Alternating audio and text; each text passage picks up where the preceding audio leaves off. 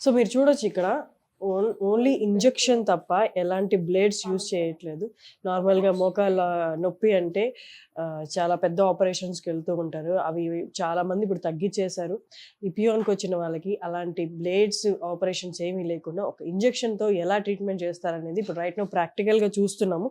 దీని problem water form అవ్వడము. Water తీసేశారు. నెక్స్ట్ ఏం చేస్తున్నారో చూడండి.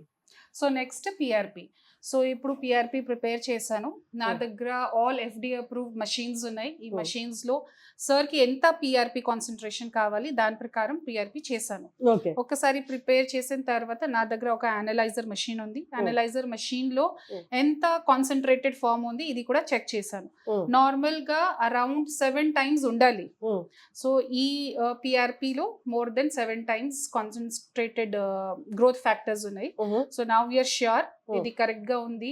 వాట్ ఎవర్ వీఆర్ డూయింగ్ ఇప్పుడు ఇంజెక్ట్ చేయాలి.